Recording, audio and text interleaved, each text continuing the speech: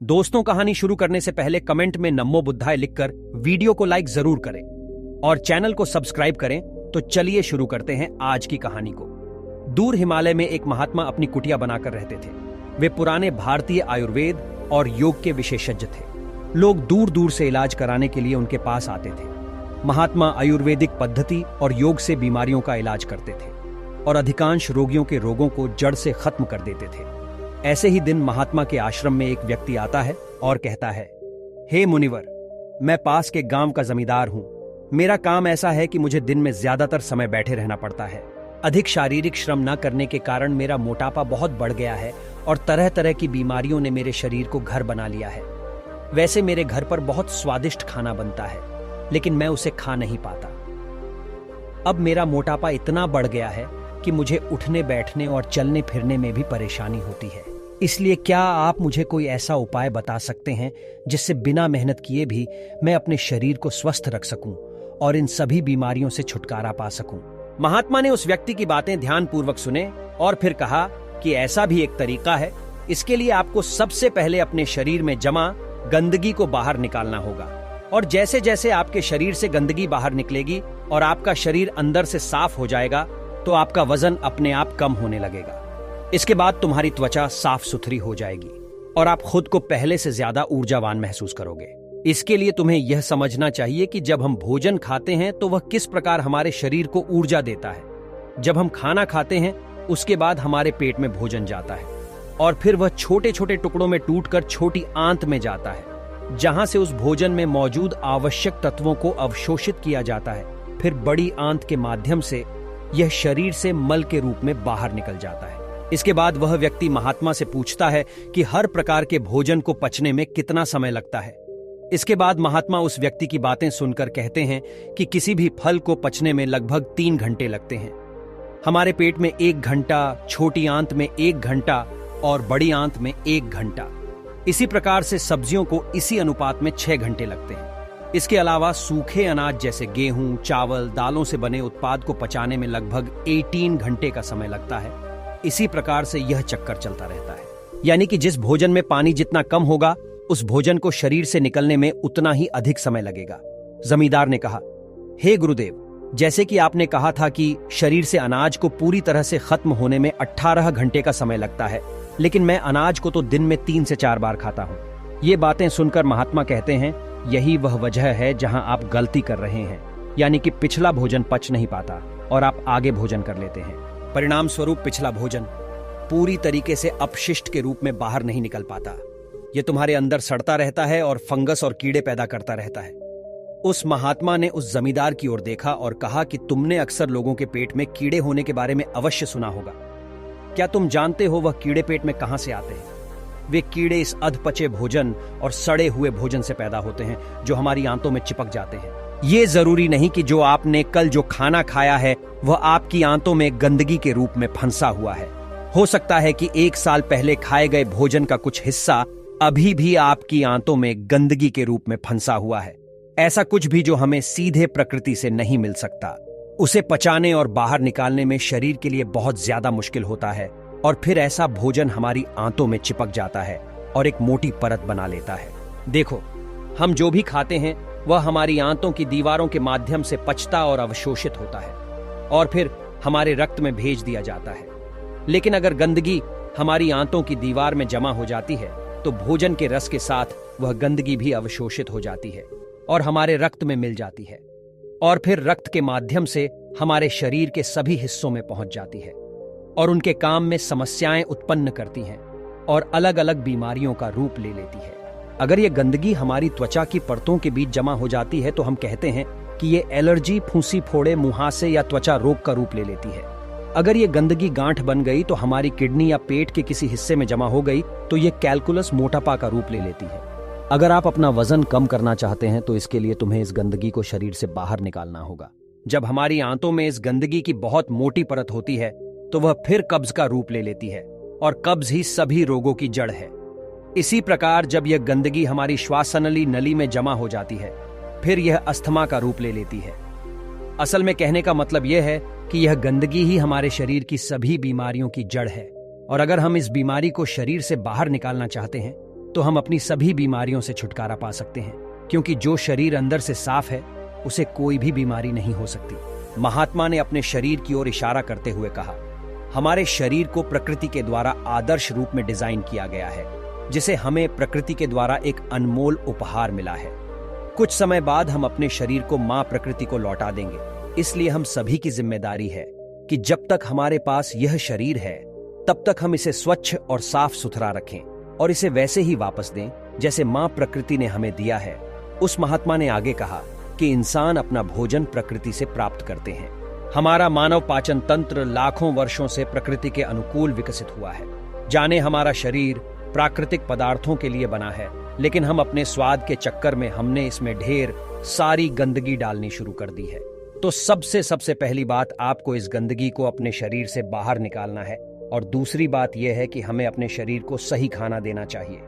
इन्हीं बातों को सुनकर जमींदार कहता है, हे मुनिवर, आप हमें बताइए कि कैसे हम अपने शरीर से इस गंदगी को बाहर निकाल सकते हैं। जमींदार की बातें सुनकर मुनिवर कहते हैं, शरीर से गंदगी बाहर निकालने के लिए सबसे पहले आपको दिन में 16 घंटे का उपवास करना होगा।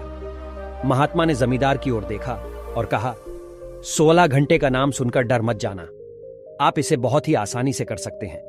देखो, वैसा थी जो हमारे शरीर के अंदर से जल्दी को बाहर निकाल लेगी, वजन को कम करेगी, बीमारी को ठीक करेगी, वह हमारे अंदर ही मौजूद है। यह किसी दवा या दवाई की तरह नहीं है।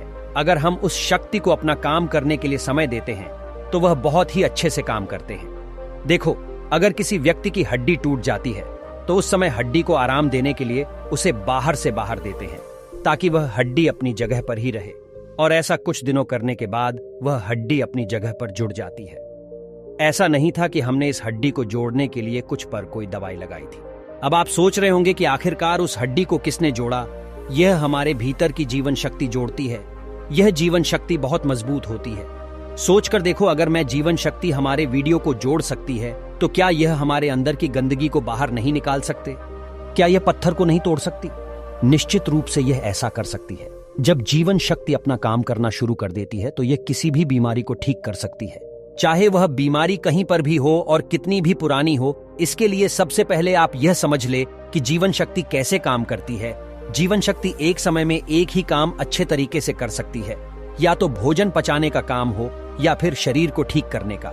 लेकिन दुर्भाग्य से ज्यादातर लोग हर समय खाते रहते हैं और इस जीवन शक्ति को अपना दूसरा काम करने के लिए समय नहीं देते, क्योंकि जैसे ही भोजन हमारे अंदर जाता है जीवन शक्ति उस भोजन को पचाना शुरू कर देती है। हमने सुबह नाश्ता किया, जीवन शक्ति इसे ठीक से पचा नहीं पाती और हमने दोपहर का खाना खा लिया, वह भी पचता नहीं, और हमने शाम को फिर खा लिया, वह भी नहीं पचता, और हमने रात का खाना खा लिया। इस प्रकार प्राण शक्ति 24 घंटे 7 दिन रात भोजन पचाने में लगी रहती है। उसे कभी भी शरीर की बीमारियों को ठीक करने और शरीर में जमी गंदगी को बाहर निकालने का समय नहीं मिल पाता। इसलिए यदि हम चाहते हैं कि जीवन शक्ति हमारे शरीर पर अपना कार्य करे तो हमें उसे हर रोज कुछ समय के लिए भोजन पचाने के कार्य से आजाद करना होगा, और हम 16 घंटे का उपवास करके ऐसा कर सकते हैं। अगर आप रात का खाना 8 बजे खाते हैं तो कोशिश करें कि 12 बजे तक कुछ भी ना खाएं। यदि आप 12 बजे तक भूखे नहीं रह सकते हैं तो आप अपने सुबह के नाश्ते में थोड़ा सा जूस या नारियल पानी ले सकते हैं। यदि आपका काम ऐसा है कि आपको 12 बजे से पहले खाना खाना है तो आप जल्दी से डिनर कर सकते हैं, जैसे कि शाम को 6 बजे। फिर आप अपना खाना सुबह 10 बजे के बाद खा सकते हैं। आपने सुना होगा कि हमारे पूर्वज सूरज डूबने से पहले अपना डिनर कर लेते थे। वैसे वे ऐसा इसलिए करते थे ताकि भोजन पचाने के बाद जीवन शक्ति को शरीर को स्वस्थ करने के लिए भी कुछ समय मिल सके।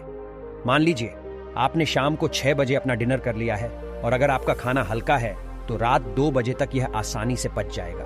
उसके बाद 2 बजे से सुबह 10 बजे तक यानी 8 घंटे का समय फ्री मिलेगा जीवन शक्ति के लिए। यदि आप 30 दिनों तक इस नियम का पालन करते हैं तो यह समय 240 घंटे हो जाएगा, और 8 वर्ष में यह समय बढ़कर 2880 घंटे हो जाएगा। यानी 8 वर्ष में हमारी जीवन शक्ति को हमारे शरीर को ठीक करने और आंतरिक रूप से मरम्मत करने के लिए 2880 घंटे मिलेंगे। प्राण शक्ति हमारी आंतों में जमा गंदगी को बाहर निकालेगी, पथरी को तोड़ेगी और खून को साफ करेगी, और सांस की नली में जमा गंदगी को बाहर निकालेगी। इस समय में प्राण शक्ति किसी भी गंदगी को, किसी भी बीमारी को दूर कर सकती है, शरीर से बाहर निकल सकता है। लेकिन आजकल लोग सोचते हैं कि अगर वे उपवास करेंगे तो कमजोर हो जाएंगे, लेकिन ऐसा नहीं है। हजारों साल पहले हमारे पूर्वजों के पास भोजन की निरंतरता नहीं थी। कई बार उन्हें कई दिनों तक भूखा रहना पड़ता था। तो इस तरह से मानव शरीर का विकास हुआ है कि उसे समय समय पर उपवास करने की आदत होती है। अजीब बात यह है कि अब हम हमेशा कुछ न कुछ खाते रहते हैं। हमारे कुछ बौद्धिक पूर्वजों ने इस बात को समझा था कि यदि किसी व्यक्ति को उपवास करने के लिए कहा जाए तो वह उपवास नहीं करेगा, इसलिए उन्होंने उपवास करना ही छोड़ दिया है हमारे धर्म और रीति रिवाजों के साथ, ताकि लोग समय समय पर उपवास रखें। उपवास के दौरान हमारी जीवन शक्ति शरीर के हर हिस्से तक पहुंचती है। यह शरीर में जमा गंदगी को मल, मूत्र, खांसी और पसीने के रूप में बाहर निकालता है। महात्मा ने उस जमींदार से कहा कि एक बात का हमेशा ध्यान रखना कि रात का खाना हमेशा हल्का होना चाहिए, और अगर आप 16 घंटे का व्रत नहीं रख सकते तो आप 14 घंटे से शुरू कर सकते हैं और इसे धीरे धीरे 16 घंटे तक ले जा सकते हैं। शुरुआती समय में यह थोड़ा सा मुश्किल लगेगा, लेकिन धीरे धीरे यह आपकी आदत का हिस्सा बन जाएगी। महात्मा ने एक और तरीका बताया जिसके द्वारा आप अपने शरीर से गंदगी को बाहर निकाल सकते हैं। वह है शरीर की मालिश और पसीने के माध्यम से। जब हम सप्ताह में कम से कम 3 बार तेल से शरीर की अच्छी तरह से मालिश करते हैं तो इससे नसों में जमा अपशिष्ट को गुर्दे तक ले जाता है, जहां से इस अपशिष्ट को हमारा शरीर निकाल देता है। इसके अलावा पेशाब के जरिए किसी अपशिष्ट पदार्थ बाहर निकल जाते हैं। अगर आप मेहनत करते हैं तब हमारे शरीर से जमा गंदगी और चर्बी पसीने के रूप में बाहर निकलती है। यह बातें कहने के बाद महात्मा ने कहा कि स्वस्थ रहने के लिए शरीर से गंदगी निकालने के लिए शहीद पूजन लेना भी जरूरी है। अब मैं आपको भोजन के 3 नियमों के बारे में बताने जा रहा हूं। पहला नियम, अपने आहार में 40-50% सजीव भोजन शामिल करें। चाहे वह फल हो, हरी सब्जियां हों, सूखे मेवे हों या अंकुरित अनाज हों, कुल मिलाकर इसे पकाया नहीं जाना चाहिए। ज्यादातर लोग मृत भोजन खाते हैं और फिर स्वस्थ रहने की उम्मीद करते हैं। मृत भोजन खाने का मतलब है कि हम किसी मृत चीज से जीवन निकाल रहे हैं, इसलिए कई बार हमारे शरीर में खाया पिया नहीं लगता। हमारे शरीर को चलाने के लिए ऊर्जा की आवश्यकता होती है और ये ऊर्जा हमें अच्छे भोजन से मिल सकती है। भोजन को पचाने के लिए आवश्यक सभी पाचक रस न केवल शरीर में पाए जाते हैं बल्कि उस भोजन में भी होने चाहिए। लेकिन जब हम उस भोजन को पकाते हैं तो उसमें से बहुत से पाचक रस नष्ट हो जाते हैं, और जब हम बिना पाचक रसों के खाना खाते हैं तो हमारे शरीर को उन सभी पाचक रसों को दोबारा बनाना पड़ता है जो नष्ट हो गए हैं। लेकिन किसी व्यक्ति का पाचन तंत्र कितना भी अच्छा क्यों ना हो, वह उन सभी पाचक रसों को दोबारा नहीं बना सकता जो नष्ट हो गए हैं। इसलिए हमें सही मात्रा में अच्छा भोजन करना चाहिए। दूसरा नियम, शुद्ध शाकाहारी भोजन खाएं, यानी जो भोजन पेड़ों से मिलता है, जानवरों से नहीं। मांस, मछली, अंडा न खाएं। प्रकृति ने हमारे शरीर को जानवरों को खाने के लिए नहीं बनाया है। तीसरा नियम है, बासी भोजन या लंबे समय तक रखा हुआ भोजन नहीं करना चाहिए। 17वें अध्याय के 10वें श्लोक में भगवान श्री कृष्ण कहते हैं कि जो भोजन पकाया जाता है उसे पकाने के 3 घंटे के भीतर ही खा लेना चाहिए, क्योंकि 3 घंटे के बाद वह भोजन तामसिक हो जाता है और उसमें से जीवन समाप्त होने लगता है। इसलिए भारतीय यौगिक संस्कृति में पका हुआ भोजन किया जाता है। 3 घंटे से ज्यादा रखा तो खाया नहीं। हमारे पूर्वजों ने भी इसी नियम का पालन किया था, इसलिए खाना सीधे चूल्हे से उनकी थाली में आ जाता था। लेकिन आजकल ज्यादातर लोग सुबह का खाना शाम को खाते हैं और रात का बचा हुआ खाना सुबह खाते हैं और कई बीमारियों को निमंत्रण देते हैं। महात्मा ने जमींदार के चेहरे की ओर देखा और कहा कि यदि तुम नियमों का पालन करोगे तो तुम्हारी बीमारी भी ठीक हो जाएगी और तुम भी ठीक हो जाओगे। तुम समस्त रहोगे और कभी भी बीमार नहीं पड़ोगे। तो दोस्तों, उम्मीद करता हूं आपको इस कहानी से एक अच्छी सीख मिली होगी। यह कहानी आपको कैसी लगी हमें कमेंट बॉक्स में कमेंट करके जरूर बताएं और इस वीडियो को लाइक भी जरूर करें और साथ ही इस वीडियो को अपने दोस्तों के साथ जरूर शेयर करें ताकि उन्हें भी इस कहानी से कुछ सीखने को मिल सके। ऐसी ही प्रेरणादायक और बुद्धा स्टोरी सुनने के लिए हमारे चैनल बुद्धा स्टोरीज को सब्सक्राइब करके बेल आइकन को जरूर दबा दे ताकि आने वाली अगली वीडियो की नोटिफिकेशन आपको मिल सके। इस वीडियो में बस इतना ही। मिलते हैं अगली वीडियो में। जब तक अपना ख्याल रखिएगा।